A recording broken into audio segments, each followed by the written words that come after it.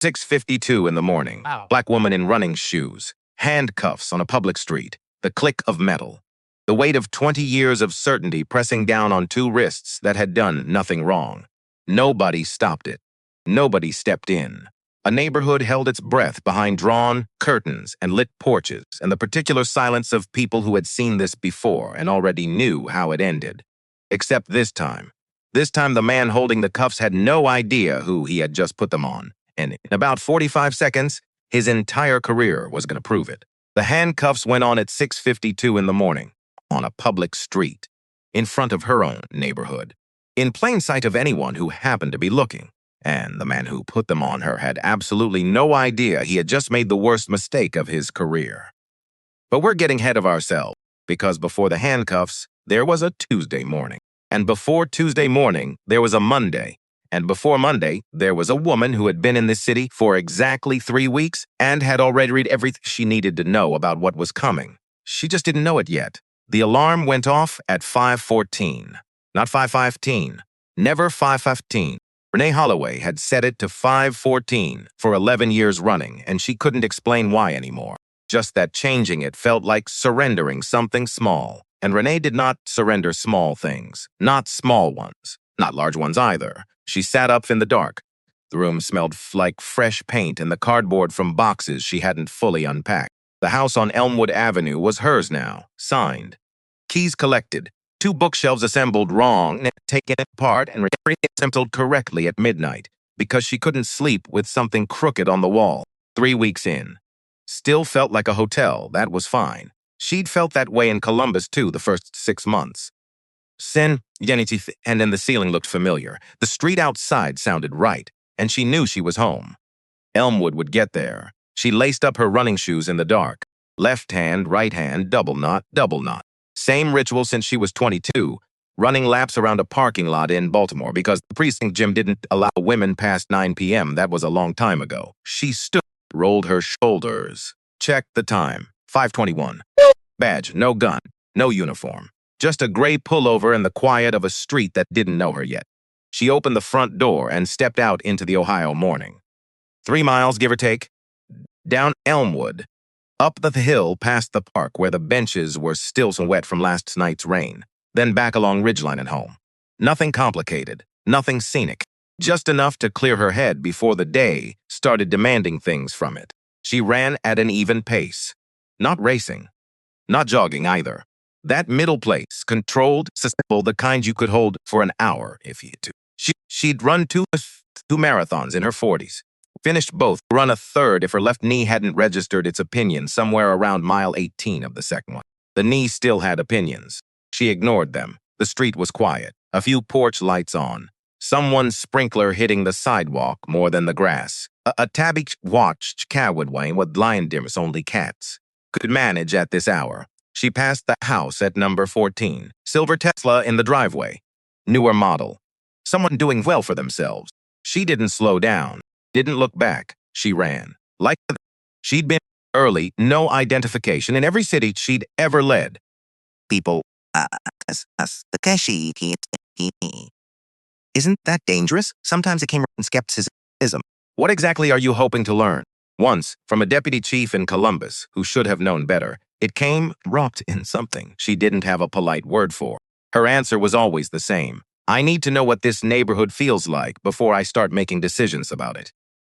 What she meant, though she never said the second half out loud, was this. The moment you put on the badge, people perform for you.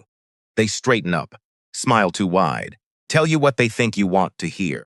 And you miss the truth, all of it. The way a park feels empty, even when people are in it. The way certain blocks have more broken streetlights than others. The way a neighborhood tells you everything about how it's being served if you just move through it like you belong there. She'd learned that early. She held onto it hard. Back home by 6:08, shower, coffee, the suit she'd laid out the night before, deep navy pressed, guns, the kind that said not to be questioned without having to say I'm sure. She stood in front of the mirror, picked up her badge from the dresser, clipped it on, Chief Renee Holloway, Harwick Police Department. She looked at herself, at the badge, at herself again. Okay, she said to no one in particular, and to work. The Harwick Police Department sat off the corner of 5th and Bridge, a two-story building that looked like it had been designed by someone who'd heard about architect one decided to wing it. Brown brick, narrow windows, a flagpole out front that needed repainting. She'd seen the building twice before today. Both times she'd noticed the water stain above the front entrance and the patrol cars that needed new tires, and the way the desk sergeant had looked at her like she was there to report a lost wallet. She arrived at 7:45, 15 minutes early, walked through the front door, and the desk sergeant, Patterson, she memorized the roster, looked up, blinked, said nothing. She nodded once and kept walking.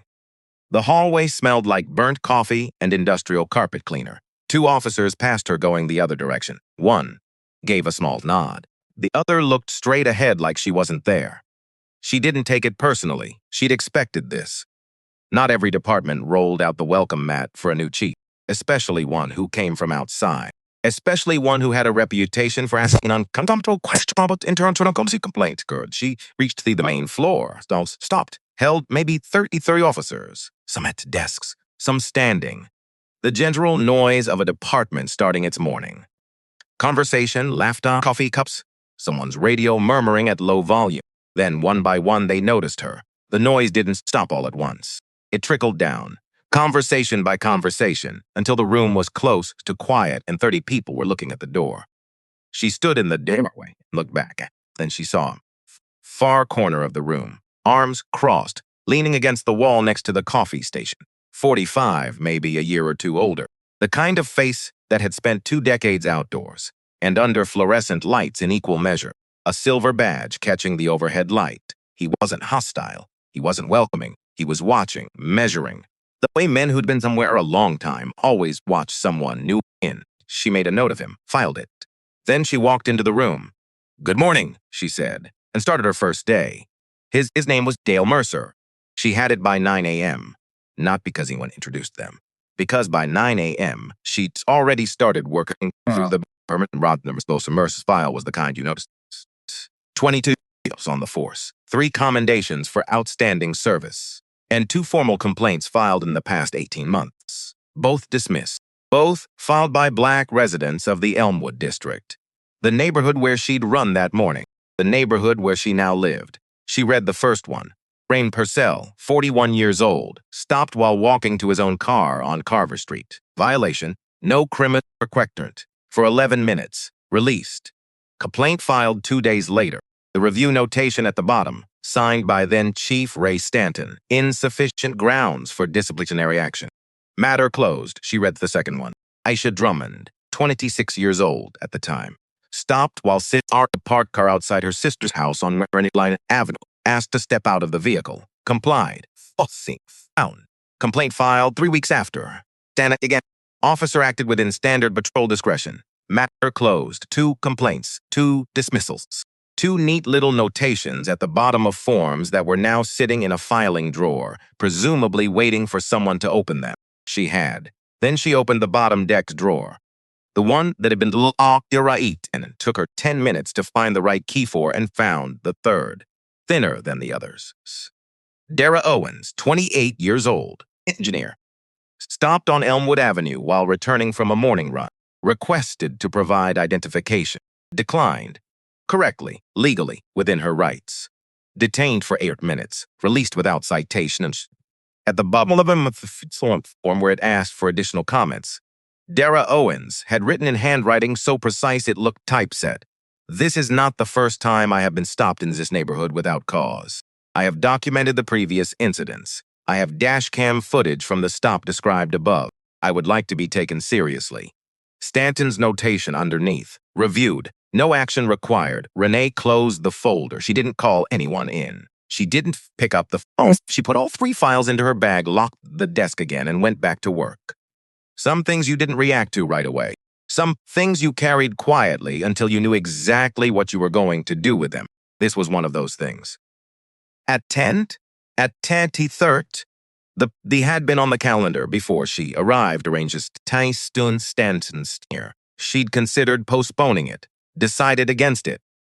Starting your first day by canceling something the department was expecting felt like the wrong statement. So she stood at the front of the room in her pressed navy suit, and watched Captain Victor Okafor. Solid man. Shady eyes, 3 sureness force. Creamsicle 3 off unofficial recommendations for service above and beyond. Dale Mercer was one of them. 3rd consecutive year. He walked to the front with the ease of someone at this before. Accepted the commendation for Okafor with a handshake and nod. Turned face, smiled. The real kind, not the performed kind. The room gave him solid applause. He caught her eye walking back to his seat. She held his gaze for exactly 2 seconds. Looked back at Okafor. Captain, the morning. Moved on. She met with Okafor formally at Top. He sat across from her desk with his hands folded and answered every question in complete sentences. No deflection, no politics, just information delivered straight. She respected that immediately. Tell me about the Elmwood district, she said. He told her. Mixed residential, some commercials on the south end. Population shifting younger over the last decade. Higher than average stop and question rates for 4 years running. Most of those stops concentrated in the northern residential section. He paused. That would be Sergeant Mercer's primary patrol area, he said. I know. He didn't flinch. I figured. Are the stop rates being tracked formally? Not in any structured way. That changes. She made a note. What else? He gave her 45 more minutes of honest information before she decided Victor Okafor might be the most useful person in this building. Before he left, he stopped at the door. Chief. A brief pause. Welcome to Harwick. It was the first time anyone had said it all day. Thank you, Captain. She worked until 7 p.m. that evening and drove home through Elmwood as the streetlights were coming on. The neighborhood looked the same in the dark as it had in the morning. Same hedges, same porch. The Tesla still in the driveway at number 14. She went inside, reheated coffee, sat at the kitchen table with the 3 folders she'd brought home. She read them again, all of them. Time, not the information. Information. She had the information. She read them to make sure she understood what she was looking at. 3 people who had done everything right, who had filed the forms and answered the questions and used the process that existed because the process was supposed to mean something, and been told in slightly different formal language each time that it didn't. I would like to be taken seriously. She could still see that handwriting when she closed her eyes. She put folders away, went to bed.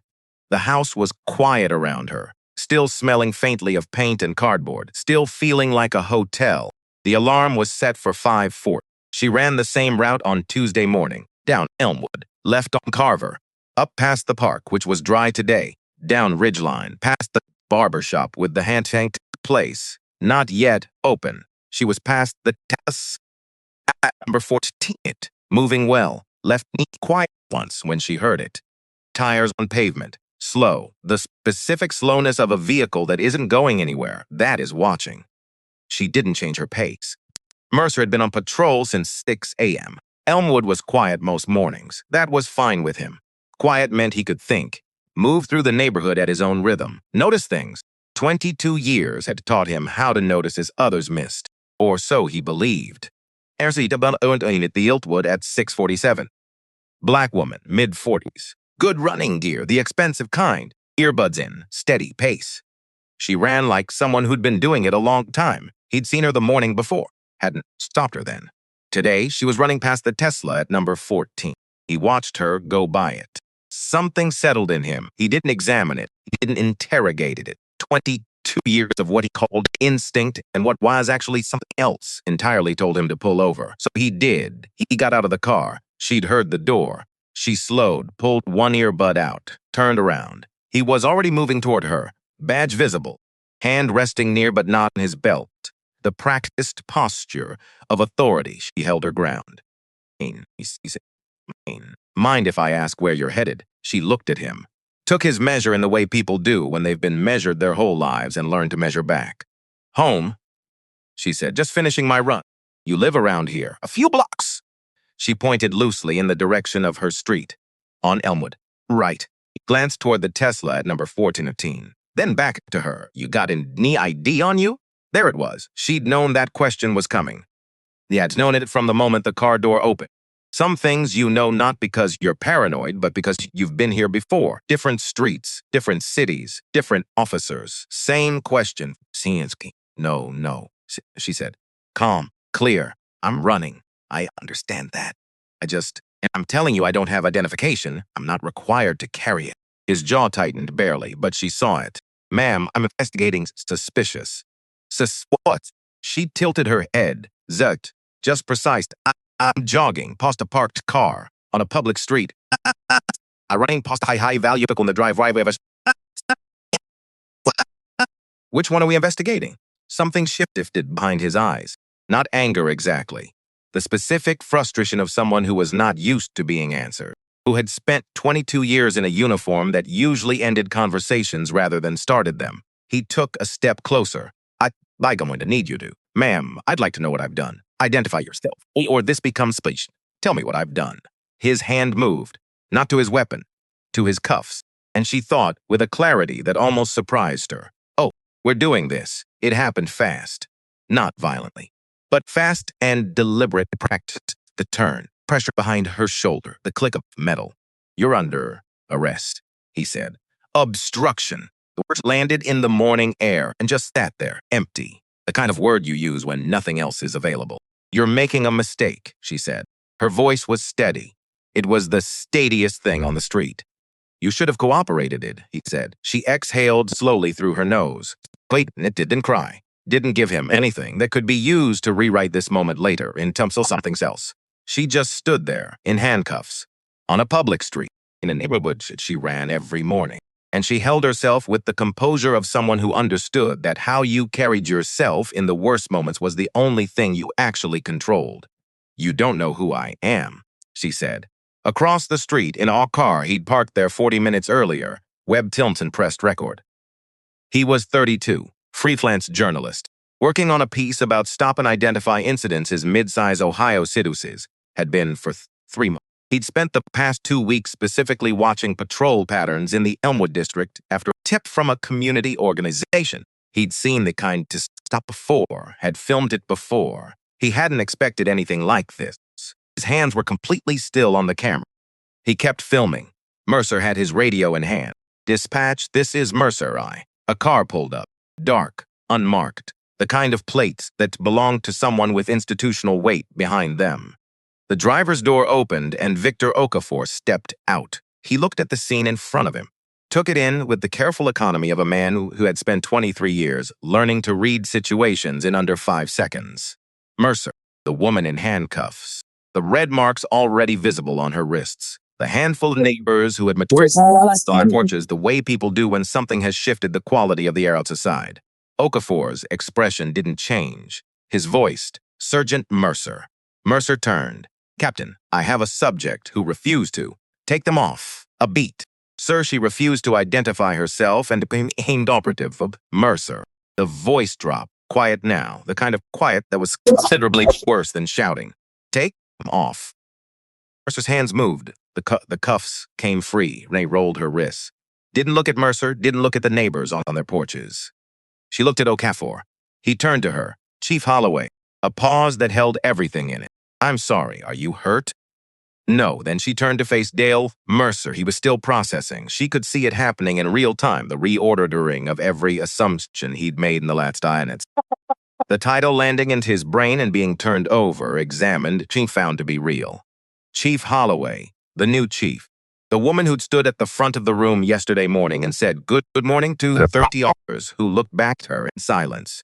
The woman that he had handcuffed onto a public street for jogging. She waited until he looked at her. Not at Okafor, not at her. My name is Chief Renee Holloway, she said. He didn't move. I am the head of the Harwick Police Department. She let that settle. Just a moment then. And you just handcuffed your boss. Street was porch. 2 doors down had her hand over her mouth. The older man across the road was no longer pretending to check his mailbox. Nobody said anything. Nobody moved. Webb's Tillman's was still running. Mercer stood with his hands at his sides and his face doing something she hadn't seen it do. Not yesterday at the commendation ceremony, not in the hallway, not in any of the brief moments she'd clocked him since arriving at Harwick. His face had gone past the point where expression was possible. There was just the fact of what had happened sitting on him like weather. Okafor said quietly, "We should. A moment, Captain." Okafor stopped. She looked at Mercer, not with anger, not with satisfaction, She'd checked for both somewhere in the last 10 minutes and found neither. What she felt was harder to name, heavier.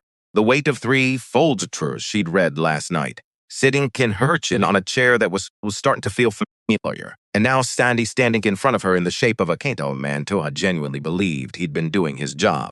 "You stopped me because I was running past a parked car," she said. He didn't respond. "You stopped me because something about the way I looked, the way I moved, the neighborhood I was moving through told you I didn't belong here."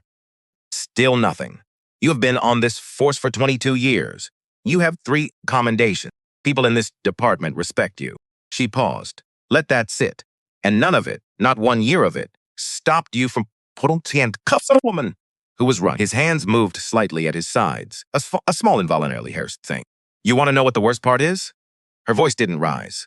"It's not that you made a mistake. People make mistakes. The worst part is that you were certain. You were completely certain." Looks at him steadily. "And that certainty is exactly what I'm here to fix." She held his gaze for one more second. Then she looked at Okafor. "His badge and his weapon," she said. "Today." Okafor nodded once. She looked back at Mercer. "I'll see you Monday, my office." And she turned and walked back the way she'd come. The same direction she'd been running. Same street, same neighborhood. Past the Tesla at number 14 without slowing. Behind her, she heard Okafor say something low. She didn't stop to listen. She walked. She reached her front door, stepped inside, and stood in her entryway without moving for a full minute. Just stood there. Let it in the morning. Glass of water. Drank half of it at the sink. Her wrists didn't hurt much. They'd be fine. She'd had worse. See, these exact circumstances, but worse. She sat last. Looked at the window. Elmwood Avenue outside, going on with its morning. A car pulling out of a driveway. A dog walker moving up the sidewalk. The ordinary machinery of a neighborhood at 7 a.m. She thought 20 years. All the climbing, precinct to precinct, rank to rank, city to city. The resume that spoke for itself or was supposed to. The reputation she'd built deliberately with intention, stone by stone. And this morning, a man in a patrol car had looked at her and seen none of it. Had looked at her and seen a woman jogging past a car that wasn't hers. She wasn't surprised. That was the part that settled into her chest sometimes, not the incident themselves. The fact that she was never surprised by them. She picked up her phone. Victor Okafor had already texted. Badge and weapon collected. Mercer informs of suspicion pending review. Media hasn't moved yet, but they will. "I'm sorry, this was your second morning." She typed back, "I know," and she put the phone down. Then she went upstairs, changed out of her running gear, and put the Navy suit back on. Badge. She looked at herself in the mirror for 4 seconds. "Okay," she said. And she went back to work. At 11:30 that morning, Webb Tillman uploaded a video. No title, no caption chosen for drum up, no mail engineered to pull clicks. Just a raw and uncut, posted to his page with 4 words, "Harwick, Ohio, this morning." He didn't know she was the chief. He genuinely didn't. He'd filmed what he'd seen. A woman stopped, questioned, handcuffed for running, and posted it because that was the job. That was why he'd spent 3 months doing this. That was the whole point. By 3 p.m., the view count had crossed 400,000. By the time Renee sat down at her kitchen table that evening with food she actually intended to eat this time, her phone had numbers on it she didn't recognize. She let them go to voicemail, ate what she could, looked at the 3 folders she'd brought home again. Dara Owens, Ishkia Drummond, Raymond Purcell. 3 people who had filled out forms and answered questions and mailed things and waited and received letters that told them nothing had happened and nothing would.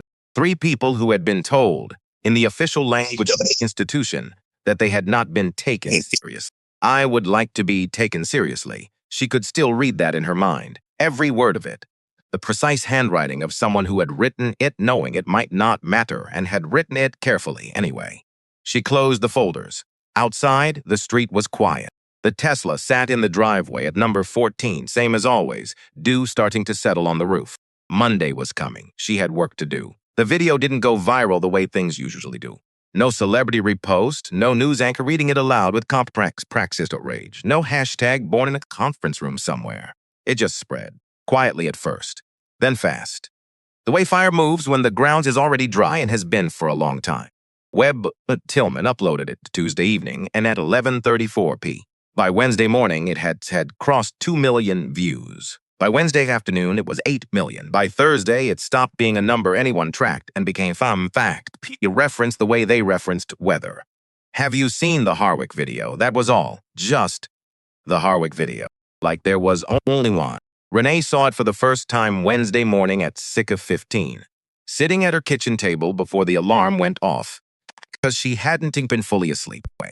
She watched herself get handcuffed on Elmwood Avenue from the perspective of a man sitting in a parked car she hadn't noticed. The footage was steady. Nothing added. No music underneath it, no text overlay, no editorial framing. Just the street and the voices and the click of the cuffs, and then Okafor's voice dropping to silent and final, and Mercer standing her hands at his sides like a man who walked into a wall he hadn't seen coming. She watched it once, closed the laptop, did not watch it again. She ran anyway that morning. Shorter route down to the park and back.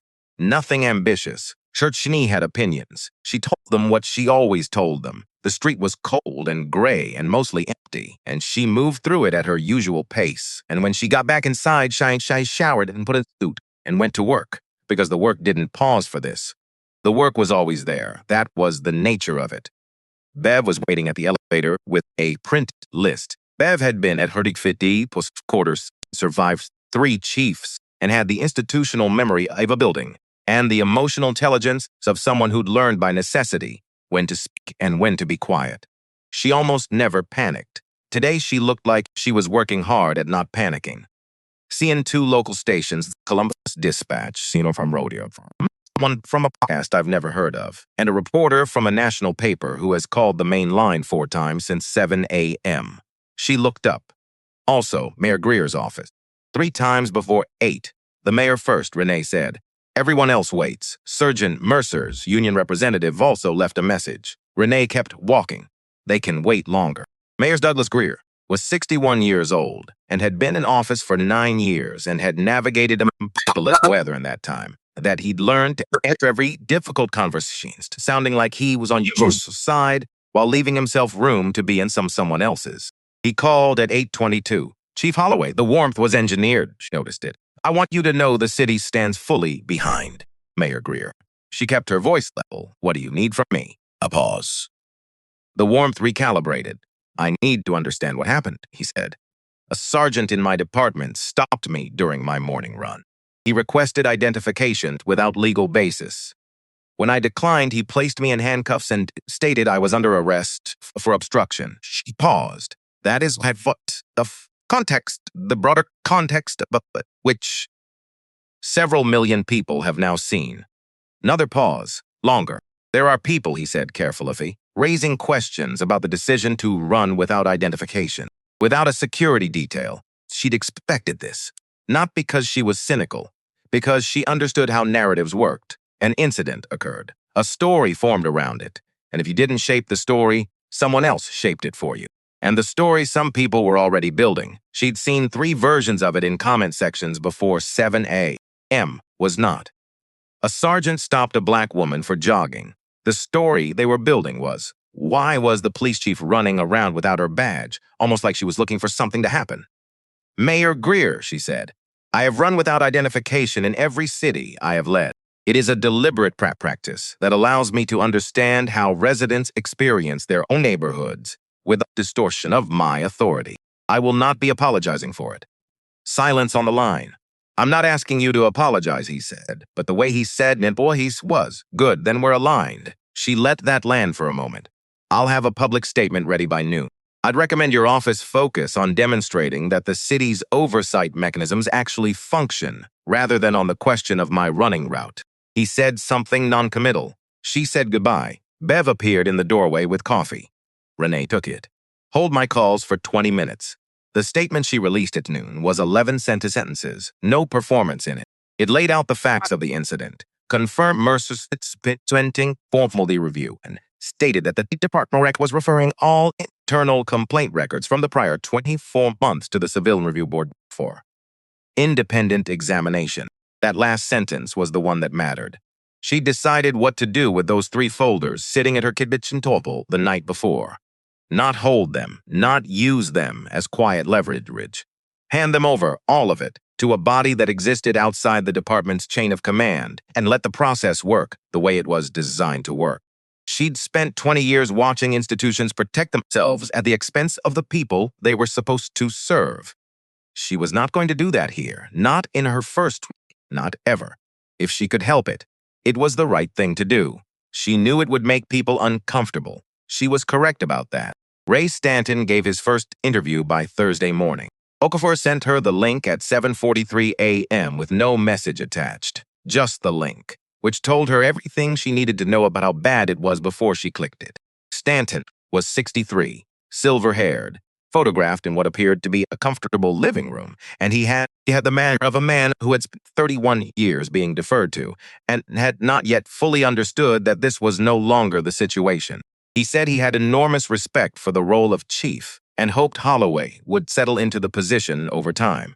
He said what concerned him was the pattern of decisions in her first week, decisions that seemed designed to create conflict rather than resolve it. He said a police department ran on trust, relationships, and that you couldn't come in from outside and start pulling files and making accusations and expect the department to function. He mentioned his 31 years of experience twice.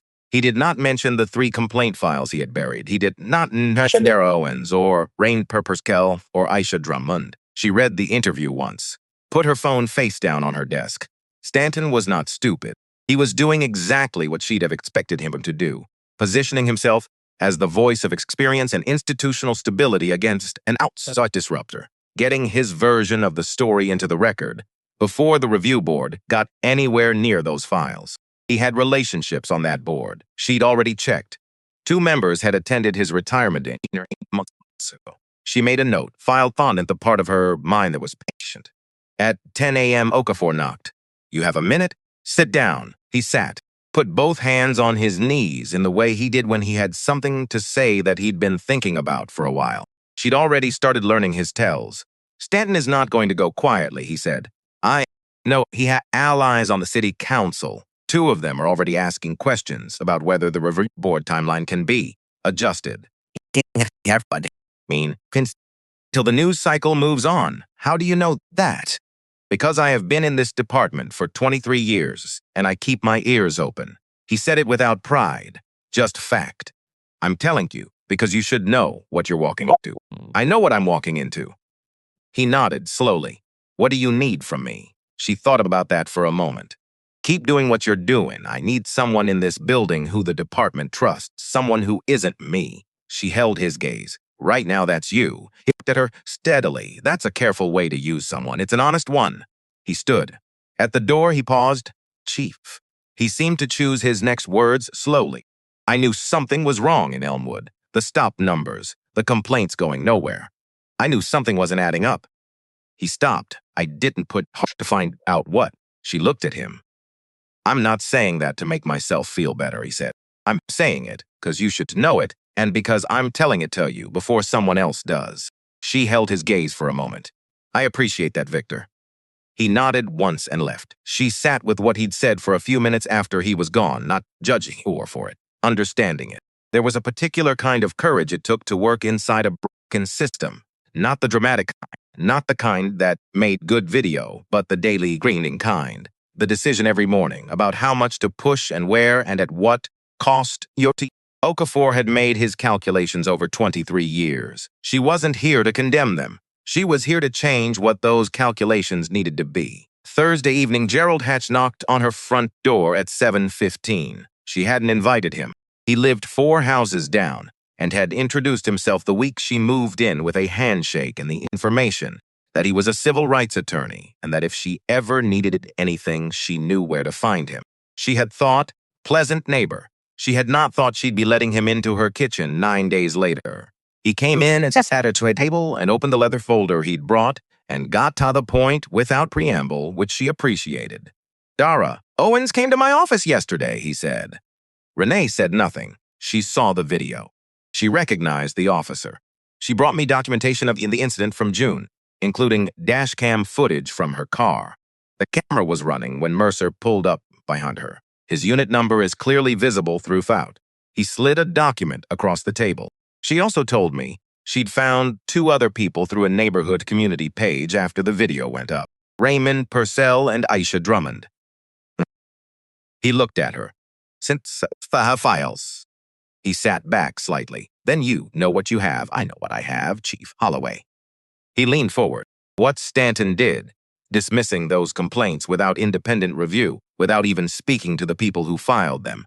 That is a documented, time-stamped failure with identifiable victims and physical evidence. If the review board receives all of it, they will.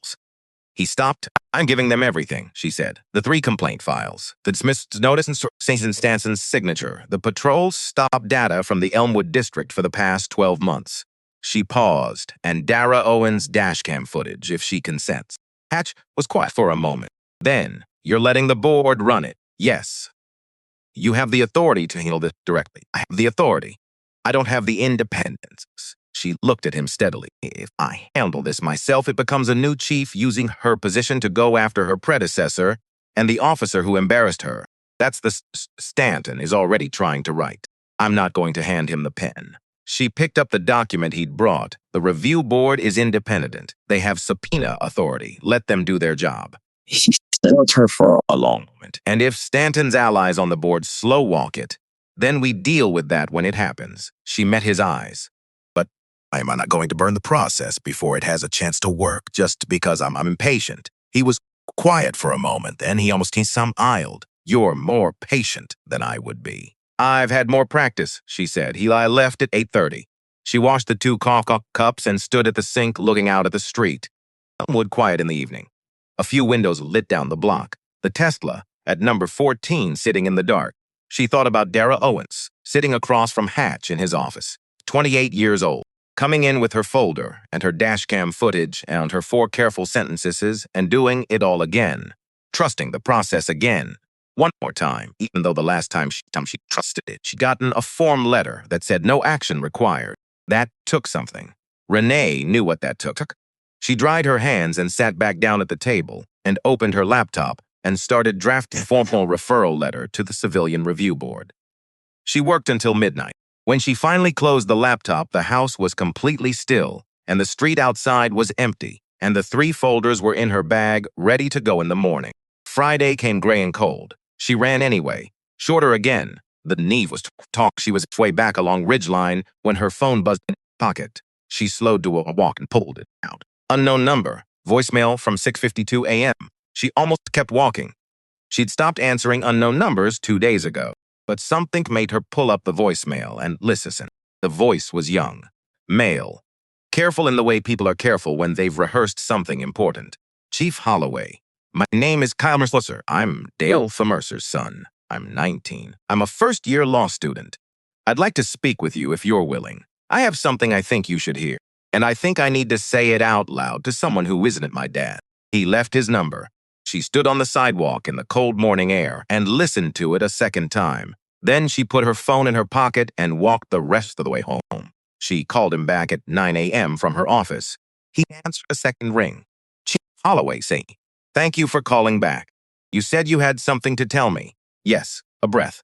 Could I come in? I'd rather do this in person." She looked at her calendar. Full every item on it mattered. Saturday morning, she said. "The baby there, Kyle?" Saturday. Mercer arrived at 8:56. He was 19 in the way some 19-year-olds were. Not performing youth, not performing adulthood either, just existing at that uncomfortable edge where you were old to understand what things meant and young enough that understanding still surprised you. He looked like his father the way children sometimes look like parents. Same jaw, same set to his shoulders. But where Dale Mercer's face had 22 years of settled certainty. What? Kyle's had something unresolved, something still being figured out. He sat across from her desk, didn't fidget, looked at her directly. "I've been trying to decide whether to come here since Wednesday," he said. "After I saw the video, what made you decide to come?" He thought about that. "Actually doing it? Because I've been saying something for 3 years," he said. And I'm tired of not saying it. She waited. 3 years ago, I was coming home from a prep class. Law school prep, community college, 11 at night. I pulled over on a residential street to check my phone for directions. He paused. A patrol car pulled up behind me. The officer wasn't my dad, but I knew him. He'd been to our house for cookouts. My dad called him a friend. She said nothing. He made me get out of the car, asked where I was going, what I was doing parked there, ran my plates. He paused. Before he'd established any reason to do, did he or when he stopped you? He knew my name by the time it was over. He'd run the plates. Kyle looked at his hands for a moment. He didn't know who I was when he stopped me. I was just a kid in a car on a street. She nodded once, let the space hold. I didn't tell my dad, Kyle says. I thought it would hurt him or make him too defensive. Probably both. And maybe I was afraid of what it would mean if he wasn't, if he didn't react the way I needed him to. He stopped. I didn't know how to start that conversation. So I didn't start it. And now he looked up.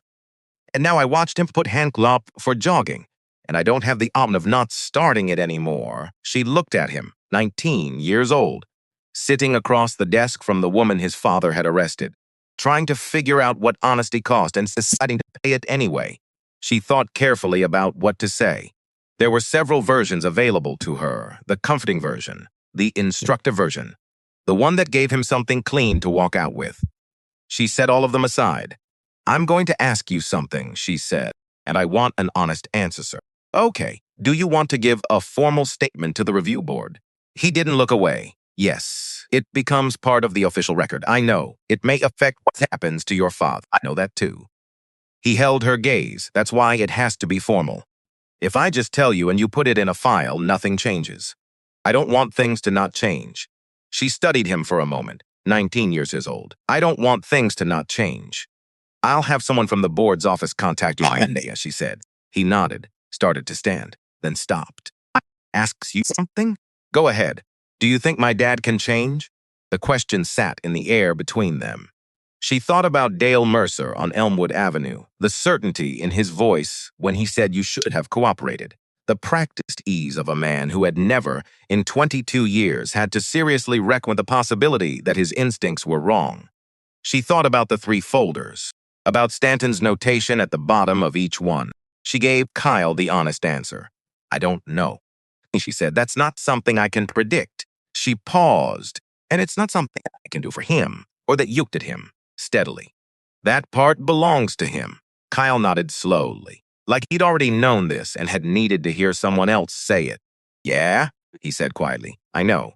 Harley laughed at 91.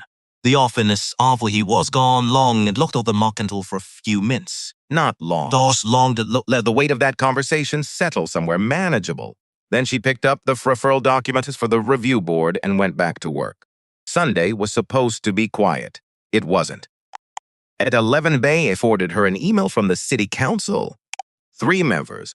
She recognized his 2 of the names from what Okafor had told her Thursday were formally requesting a closed-door briefing on what they call the mal-decisions of the current police chief in her first week of tenure. The phrasing was careful, bureaucratic, the kind of language that's not neutral until you read it twice. They were going to make this about her.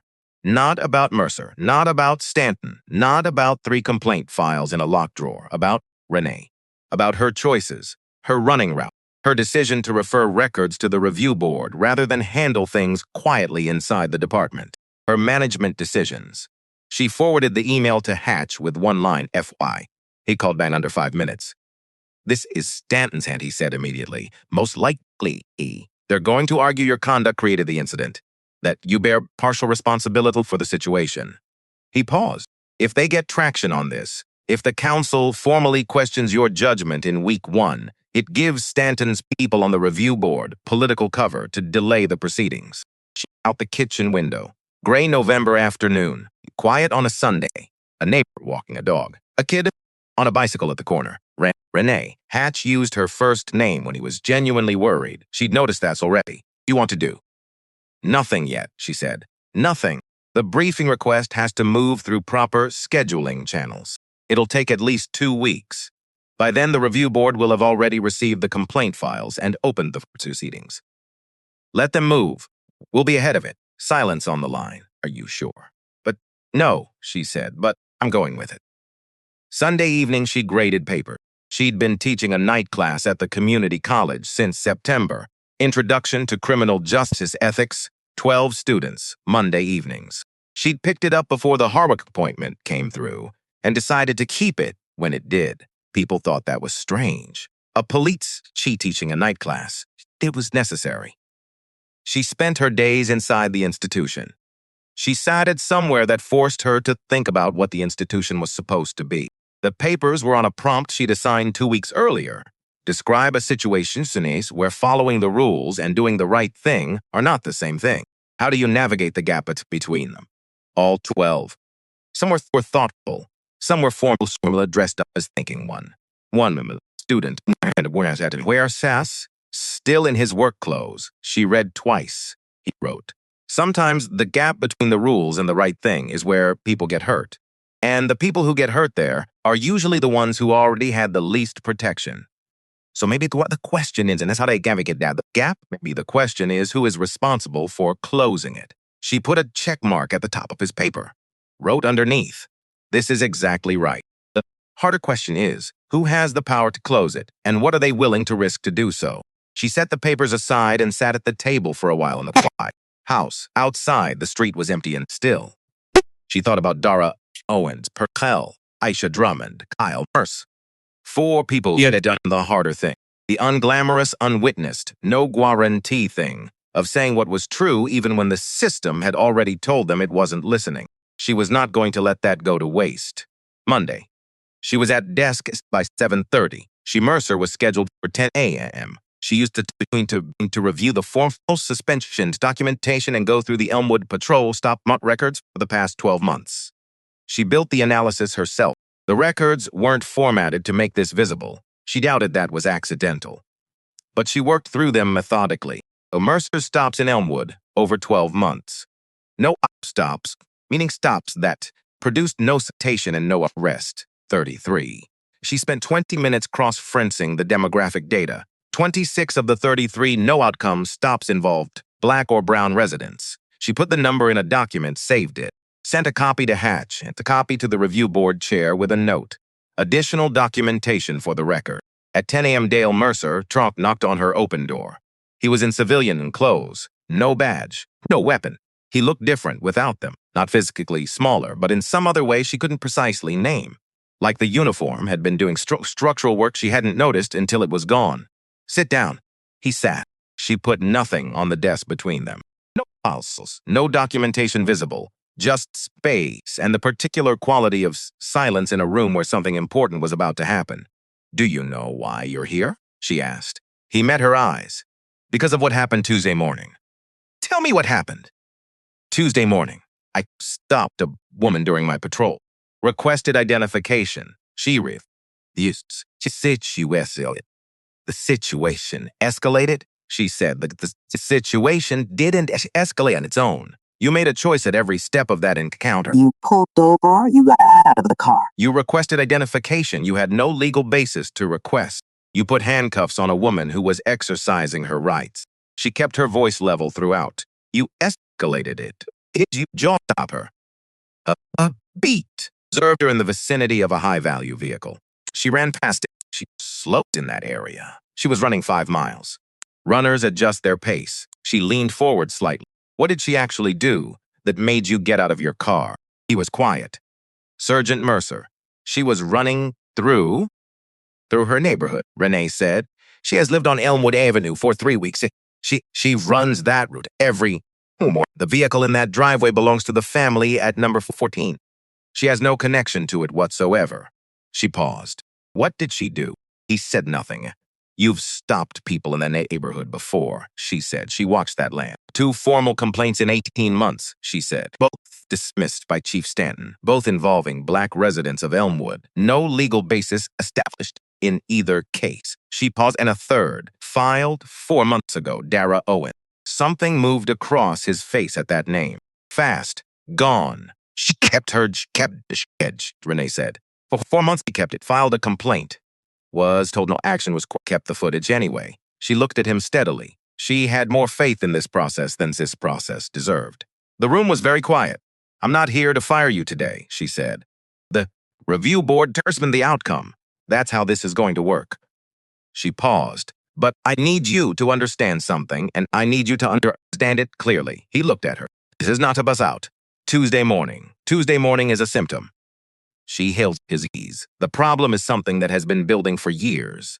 And it doesn't live in you alone. It lives in a system that looked at 3 complaint files and locked them in a drawer. But you are part of that system, and the system does not fix itself. The people inside it fix it, or they don't. The silence that followed was the heaviest the room had held. When he spoke, his voice was different, lower. The performance of certainty that had been in it on Elmwood Avenue, the automatic authority of a man who had never seriously been questioned, was, "I thought I was doing my job," he said. "I know you did," she said. "That's the problem." He looked at his hands. She gave him a moment. Just a moment. "You can go," she said. "The review board will be in touch directly." Moved toward the door and stopped. Didn't turn. Just stood there for a second with his back to her. Something held him in the doorway. She didn't try to fill the silence. Then he walked out. She sat in the office after he was gone. She thought about the gap between following the rules and doing the right thing, about who was responsible for closing it, about what it actually took to walk into a system and change something that had calcified over decades into something people called normal. It didn't happen in a single morning. It didn't happen in a single hearing. It happened in rooms like this one, in documents filed and processes followed and decisions made without an audience, in the daily unglamorous work of refusing to let the easy thing be the acceptable thing. She looked at the window. Elmwood Avenue outside, going soft down. She had a department to run. She got back to work. The hearing was scheduled for a Thursday. 2 weeks after the video, 14 days of noise, news cycles, and council memos, and Stanton giving 2 more interviews, each one slightly more defensive than the last, which told her everything she needed to know about how worried he actually was. The first interview he'd been measured. Institutional. The second he'd started using words like agenda. The third he used the word vendetta, and she knew then that he was running out of road. The civilian review met on the 3rd floor of City Hall. Not a courtroom, not a press conference. A room with a long table and fluorescent lights and chairs arranged in rows for observers, and the kind of acoustics that made everything sound slightly more serious than it might have outside. The sort of room where important things happened without ceremony and were only understood later, sometimes much later, when the paper trail finally told the whole story. Renee arrived at 8:40. She sat in the 2nd row, not at the table. She wasn't a party to this proceeding. She was a witness, the same as everyone else, and she'd been explicit about that from the beginning, with the board, with Hatch, with Okafor, with Bev, who had given her a long look when she explained it, and then said nothing, which was Bev's way of saying she understood, and possibly also her way of saying she thought it was brave. This was not Renee's hearing to run. The moment she started running it, it became something smaller. A chief settling scores, a new authority flexing, a personal matter dressed up in process. She had watched institutions do that her entire career, use the machinery of accountability as a weapon for the person holding it rather than a protection for the people who needed it. She was not going to do that here. The board existed for exactly this reason. She was going to let it exist. She folded her hands in her lap and waited.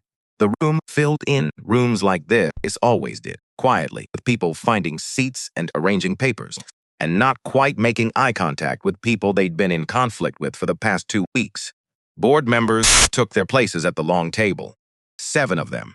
She knew 2 of them had been at Stanton's retirement dinner. She also knew that being at a dinner wasn't the same as someone's pocket. She was going to proceed on that assumption and revise it only if the evidence required. Okafor came in and took a seat 3 chairs to her left. He nodded once. She nodded back. Gerald Hatch settled in the front row with his leather folder already open and his pen already moving. He had been for this for and it showed so particular stillness of a man who knew exactly what he was going to say and was just waiting for the moment to say it. The press section filled quickly. 6 journalists she recognized, several she didn't. Webb Tillman was in the back corner with a small notebook, not a camera. He'd reached out to her office twice the past week. She hadn't responded, not because she was avoiding him, because there was nothing she needed to say to him yet, and she didn't believe in conversations before their time.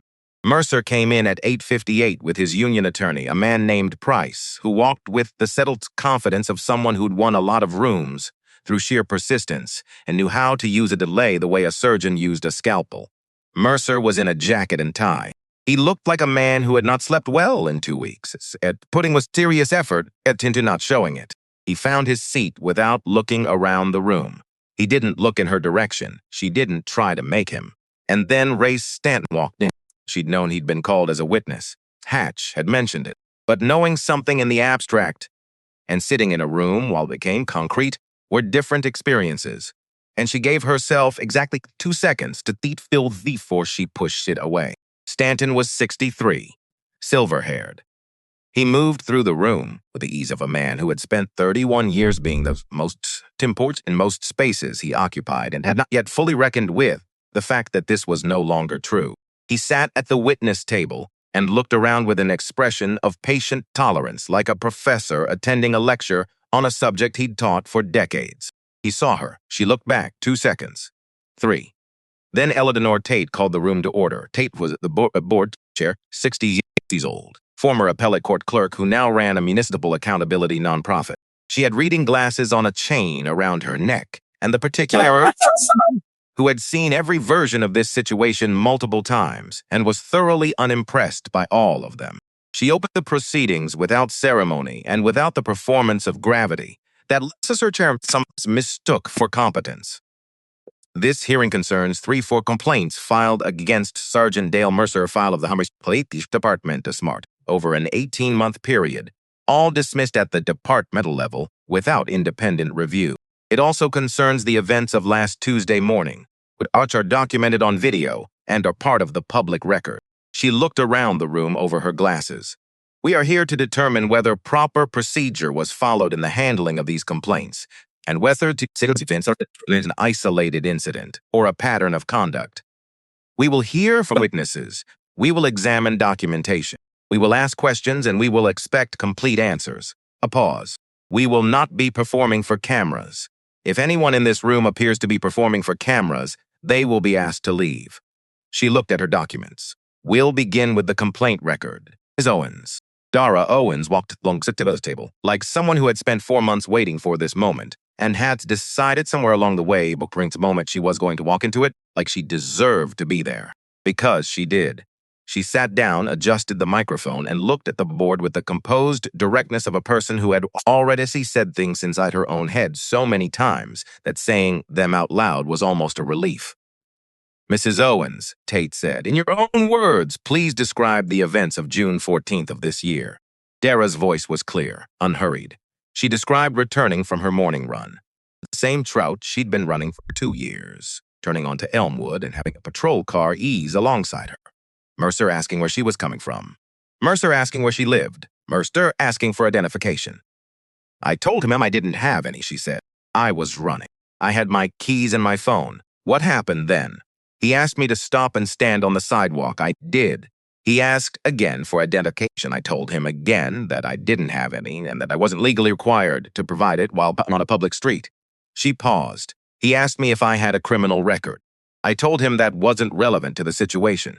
He told me I was being uncooperative. Were you? No, not. Moment's hesitation, I answered every question.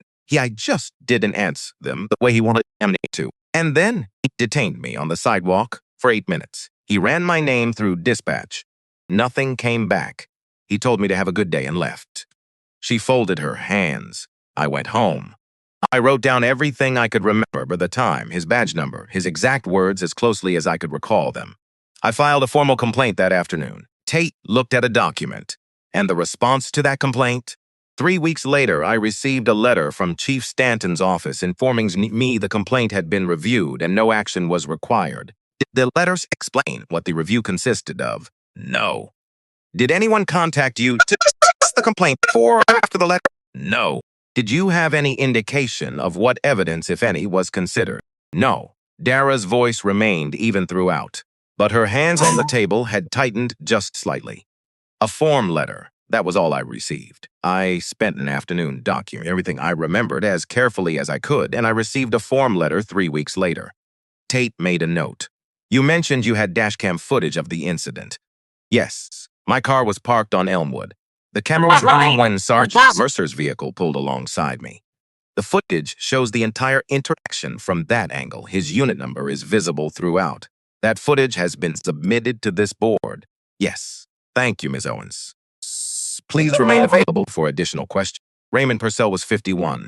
He wore a button-down shirt and the expression of a man who had thought carefully about being here today and made peace with the fact that it was going to be uncomfortable. He described being stopped on the street while walking to his own car 18 months ago, early morning. September, Mercer had asked him where he was going and what he was doing in the neighborhood and whether the vehicle he was approaching belonged to him. It did. He had lived on Carver Street for 8 years. Had you ever had any interactions with Sergeant Mercer before this stop? Tate asked. No, but I'd seen his car in the neighborhood more than once. What happened after he questioned you? He let me go. No ticket, nothing. Raymond paused. I was late for work. I called in late. My supervisor wasn't happy about it. He looked at the table.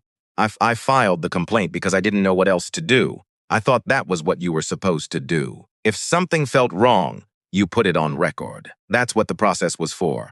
He said the last sentence without bitterness, just with a kind of tired precision that was harder to listen to than anger would have been. The response to your complaint? The same as hers. He nodded toward Dora without looking over. Form letter. Matter closed. Aisha Drummond was 34. She sat at the witness table with her arms crossed for the first several seconds, and then consciously placed her hands flat on the table in front of her instead. Like she'd reminded herself she'd prepared for this and she was going to be steady.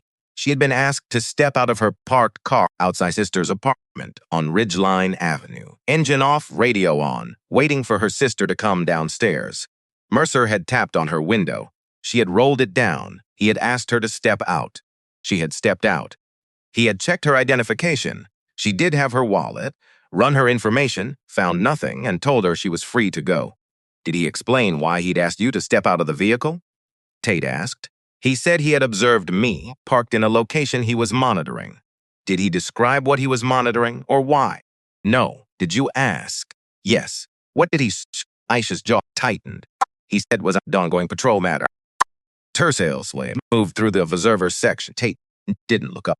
You filed a complaint, Tate said. 2 days later. Response, form letter.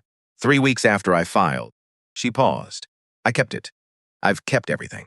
We have it in the record, Tate said. Thank you, Miss Drummond. Board took a 15-minute seat at Sentry. Saint Sate X Okafor came and stood beside her. He didn't sit, just stood there with his arms crossed, looking at the empty witness table, and for a moment neither of them said anything at all. 3 people, he said finally. His voice was low. 3 people did exactly what they were supposed to do. They filed the forms. They waited. They answered the letters. He shook, not in anger, in something older and heavier than anger. And Stanton put it in a drawer. He did. I knew the stop numbers in Elmwood were wrong, he said. I knew something was off. I looked at those numbers more than once and I thought, he stopped. I told myself it was a management issue, a train issue, something that could be addressed through normal channels. He was quiet for a moment. I didn't push hard enough to find out what it actually was. Victor, he looked at her. Right now I need you here, she said. The rest of it you sit with after. He straightened, took a breath. I'm here, he said. The recess ended and Eleanor Tate called Ray Stanton to the witness table. He walked up without hurry, settled into the chair with the ease she'd noticed when he came in. The ease of a man who believed that his presence in a room was an event. He probably wasn't entirely wrong about that. For 31 years it had been. Tate opened with procedural questions. His tenure, his authority, his role in reviewing internal complaints. He answered everything smoothly. 31 years. Farmer chief, final sign-off on all complaint dispositions during his tenure. Then Tate put on her glasses and looked at a document. Mr. Stanton, the 3 complaints we have heard about today were filed over an 18-month period. All 3 were reviewed and dismissed under your authority with notations indicating insufficient grounds for disciplinary action. Is that correct? That's correct. In each case, the complainant received a form letter as the sole communication from the department. No follow-up conversation, no explanation of the review process, no indication of what evidence was examined. She looked at him over her glasses. Is that also correct? A slight pause. Our protocol for complaint disposition includes written notification. I asked whether it includes explanation or follow-up. The written notification constitutes the department's official response to the complaint. So the answer is no. He adjusted slightly. The notification fulfills our legal obligation to the complainant. Tate made a note. Then she set down the document she'd been picked up another. Mr. Stanton, in September of last year, you received a complaint from Raymond Cell, alleging that Sergeant Mercer had stopped him on Carver Street without cause while he was walking to his own vehicle. You dismissed this complaint as having insufficient grounds. She looked at him steadily.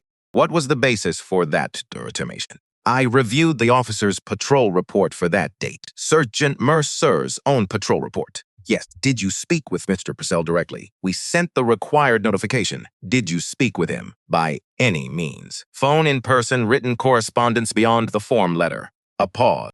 No. Did you speak with any witnesses to the stop? The patrol report indicated no witnesses was present. Sergeant Mercer's patrol report indicated no witnesses to his own conduct. Stanton's expression remained controlled. Something was shifting at the edges of it, though. I had no reason to question the accuracy of the officer's report. You had a complaint filed by a resident of the community who described being stopped without cause. You had the officer's account of the same event. You chose to credit the officer's account without speaking to the complainant or seeking any corroborating information. Taste did not rise. It just became more precise, the way a lens becomes more precise when you turn the focus. Is that an accurate summary of your process? He looked at her. Every complaint is reviewed on its individual merits. You reviewed 3 complaints filed against the same officer in the same neighborhood within 18 days. Each described the same type of encounter. No cause, no citation, no outcome. Each complainant described complying fully and then being released. She paused. In your professional judgment, at what point does a pattern like that require something more than a review of the officer's own report? Silence. Mr. Stanton.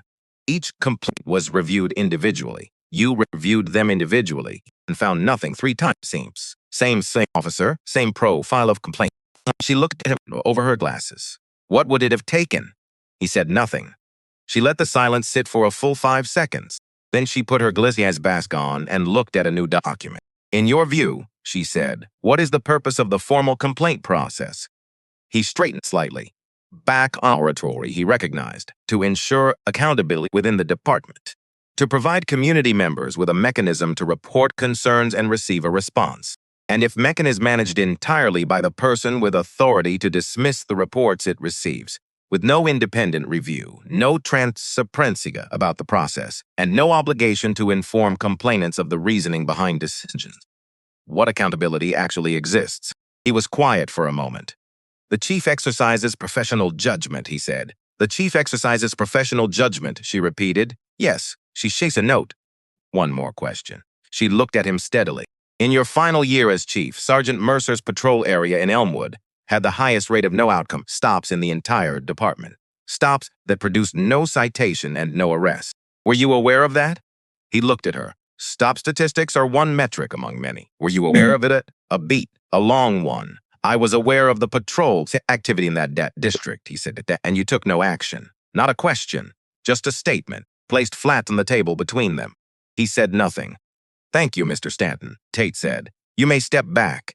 He walked back to his seat. Renee watched him. She'd expected to feel something, satisfaction, maybe, or vindication, or the particular release of watching a thing that has been wrong for a long time finally be named correctly in public. She didn't feel that. What she felt was something quieter and less comfortable. Because Stanton wasn't a monster. He was a man who had made the same small choice over and over for years. The choice to let things go, to protect the institution's surface at the expense of its integrity, to call the path of least resistance professional judgment. He'd made those choices so many times they'd stopped feeling like choices. They'd become just the way things were. She understood how that happened. She was here to make sure it stopped. The room broke for lunch at 12:30. She ate sandwich in a small room down the hall with Okafor and Hatch and the particular silence of 3 people who had just watched something important and were still turning it over. Hatch said Tate is very good. Yes, Renee said. Stanton gave her. He thought he was explaining. What it was attended and what it was. The afternoon session opened at. Mercer was called first. He walked to the witness table in a jacket that was slightly too large. She wondered if he'd borrowed it or bought it in the past 2 weeks, specifically for today. He sat down, adjusted the microphone to a lower position, and looked at the board with the directness she'd seen in her office on Saturday. He was 19, and he was nervous, and he was not going to let nervousness make the decision for him. "Mr. Mercer," Tate said, "you contact Chief Holloway Saw's office voluntarily last week to offer a statement. Is that correct?" "Yes." "Why did you come forward?" He thought about it. "Because I've been not saying something for 3 years," he said. "I'm not saying it was a mistake." Tate nodded. "Please go ahead." He described the night clearly and without drama. The late class, the drive home, pulling over to check his phone, the patrol car behind him, the officer who had been to cookouts at the Mercer house asking him to step out and running his plates before establishing any cause. The room was quiet in the particular way the rooms got quiet when something true was being said. "Did you file a complaint?" Tate asked. "No, why not?" He looked at his hands, then back up. "Because I didn't think it would go anywhere, and because the officer was my dad's friend and I wasn't ready to look at what it meant. About the system, about my dad." He paused. "So I just didn't. And now I watched my dad can't put cuffs on a woman for running, and I can't not look at it anymore." He said it simply, without performance. "And I'm studying law. I'm going to spend my career in this system. I can't do that and pretend I don't know what I know." The room. Renee looked at Okafor. He was watching Kyle with an expression she couldn't entirely read. Something in it might have been grief or recognition or both.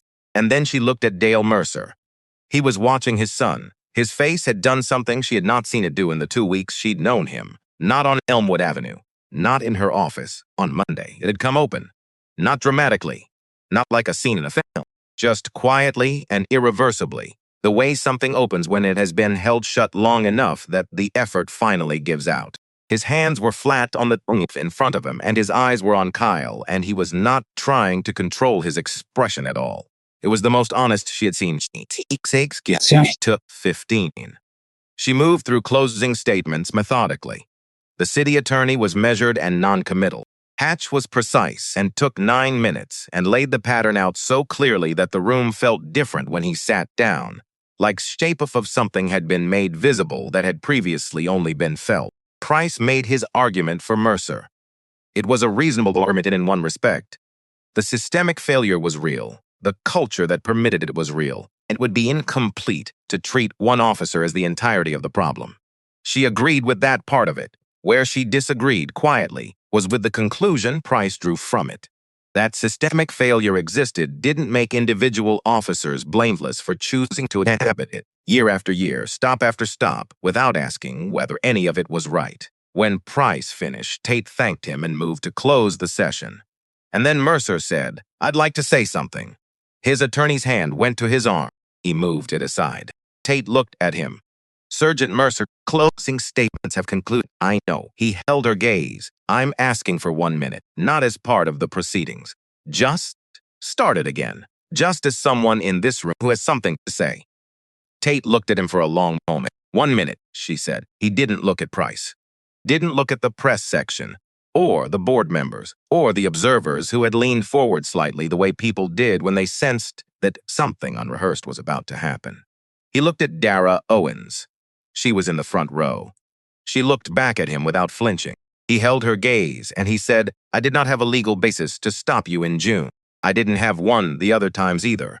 I had a feeling. I acted on it because I'd acted on it before, and nothing had happened. So I kept doing it, and I called it experience and old it instinct and inked. And it wasn't either of those things." He stopped. "I'm not saying this to change what this board decides. I don't know what you'll decide, and I'm not asking you to decide it differently. I'm saying it because my son is 19 years old and he's sitting in this room, and I want Simple to see this." He looked at the table. "I want him to see me say true thing at least once." He sat back. The room did not applaud. Nobody moved with any drama. Nobody needed to. What Mercer had landed without amplification because it was exactly what it was. A man saying something true in the public at some cost to himself with no guarantee of anything in return. Dara Owens looked at him for a long moment. Then she looked at her hands.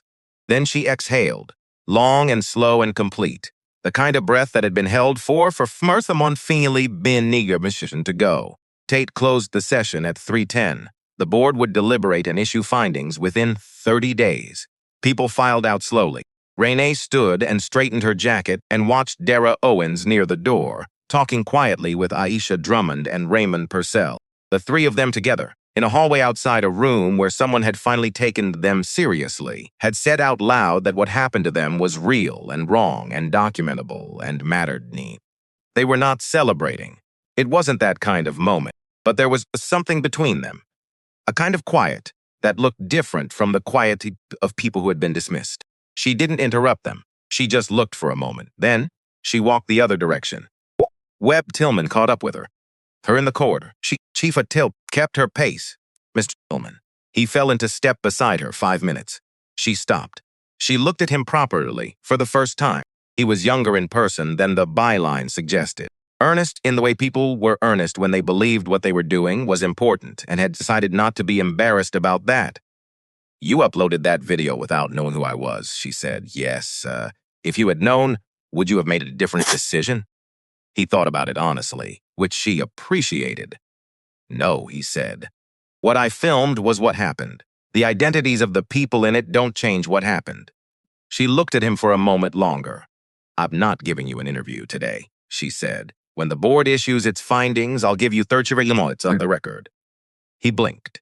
Why me? Because you were there, and because you filmed what was in front of you without making it into something it wasn't. She started him again. After the findings, I'll take it, he said.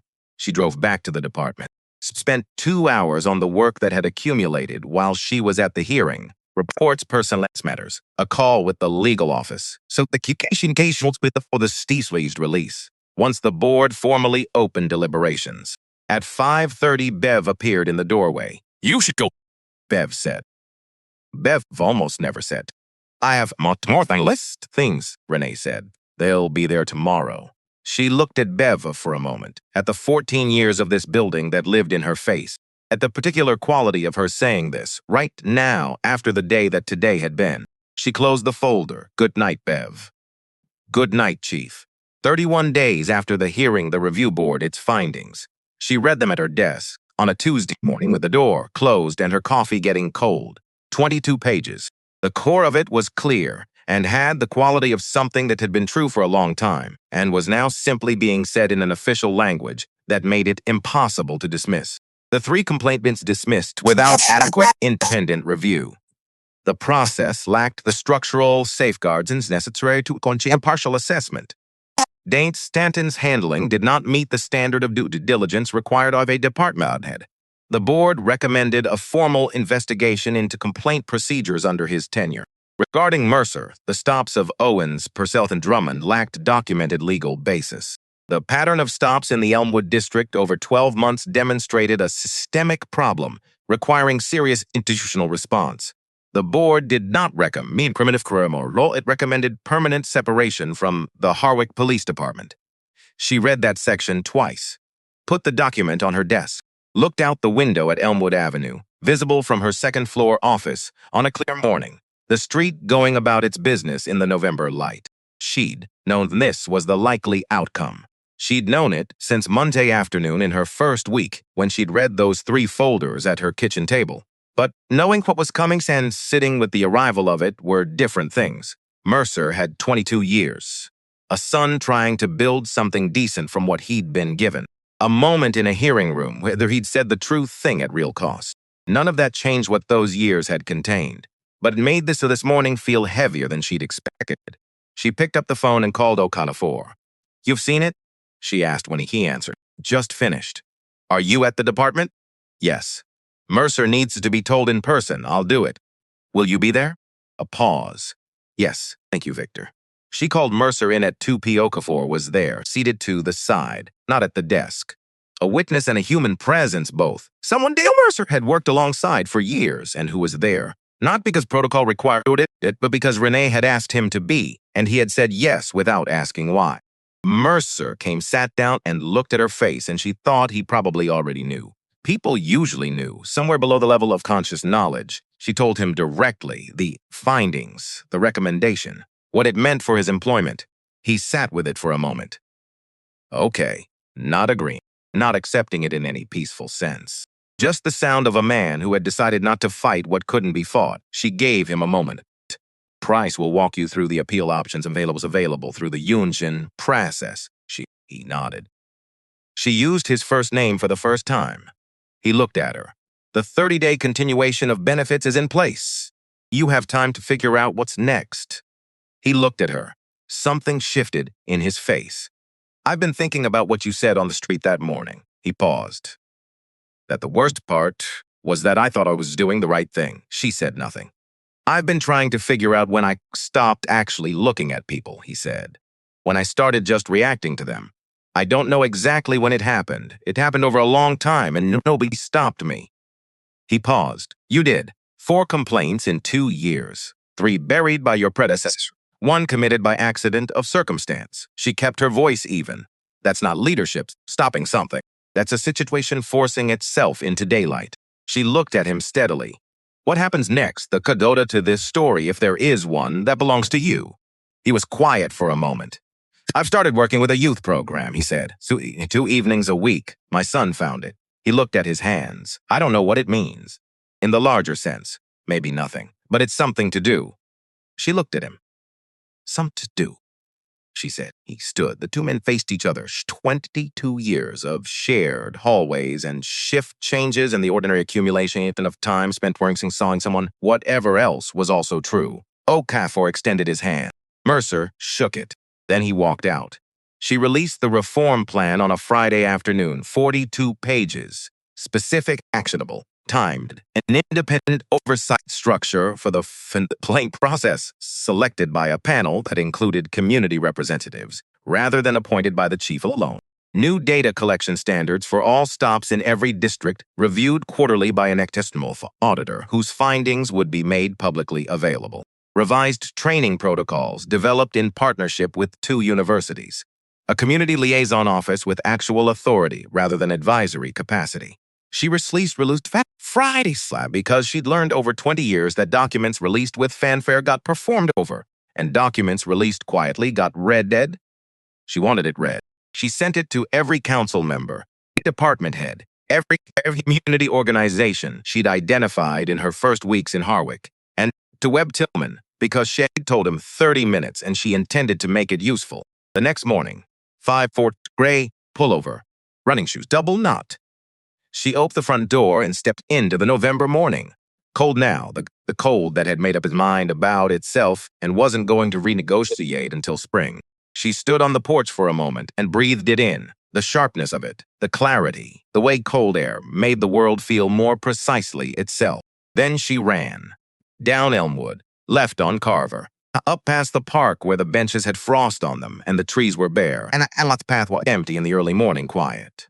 Back down Ridgeline, past the barber shop with the hand-painted sign, past the coffee place with one light on inside, someone behind the counter, starting the morning.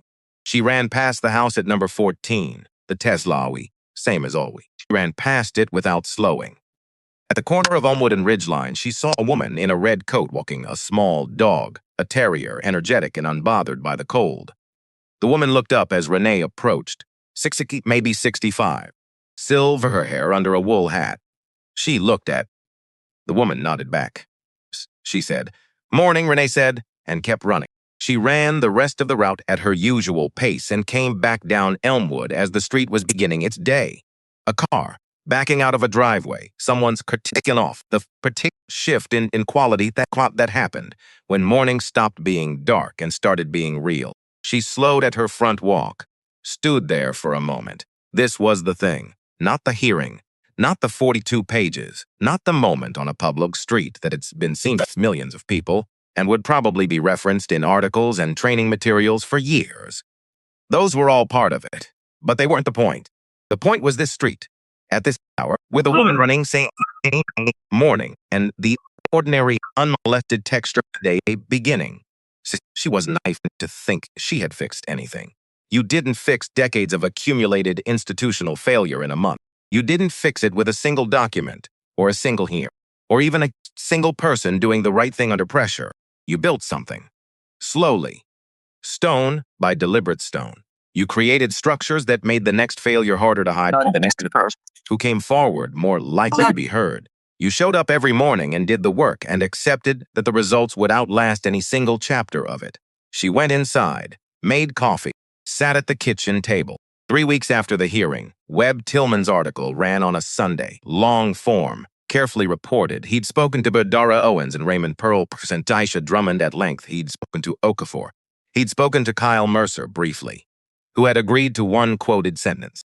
He'd spoken to Renee for 32 minutes. She'd given him the extra 2 without comment. And he had listened in the way people listened, when they were actually trying to understand something, rather than confirm what they already thought.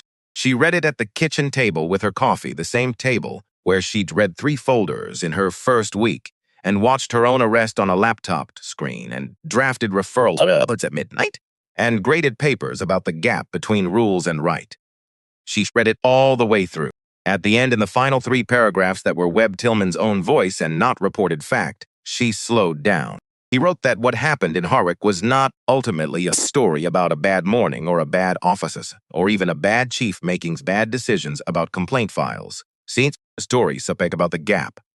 The gap between what institutions said they did and what they actually did. Between the mechanism for accountability and the accountability itself. Between the form letter and the follow-through. He wrote that the gap had existed in Harwick for a long time before anyone closed it. And then he wrote, what is unusual is not that gap exists. Gaps like this exist in more places than most people are willing to look. What is unusual is that someone stood in it and refused to let it close over her. She read that sentence twice, set the paper down, looked out the window at Elmwood Avenue on a Sunday morning. Gray and cold and quiet and exactly itself, a street, tin houses. Letting people move through it, being the place life happened, ordinary and uninterrupted and worth protecting. She thought about Dara Owens, writing 4 sentences in careful handwriting on a form that might have ended up in a drawer. I would like to be taken seriously. She thought about Raymond Purcell, calling in late to work and deciding to file a complaint anyway, a big reasonable expectation that it would matter. She thought about Aisha Drummond keeping her form letter for a year. She thought Kyle Mercer walking into her office with a borrowed jacket and 3 years of silence he'd finally decided to put down. These were not dramatic gestures. They were small and stubborn and persistent, and they were the actual material of change, not the speeches, not the headlines, not the moments that made good video. The long, unglamorous refusal to accept that Tansais was jihad. She had not saved them. They had been doing this before she arrived. What she'd done was make sure that this time the system didn't swallow it. She picked up her coffee, looked at the street. Monday was coming, the work was there, and Renee Hill Holloway was exactly where she needed to be.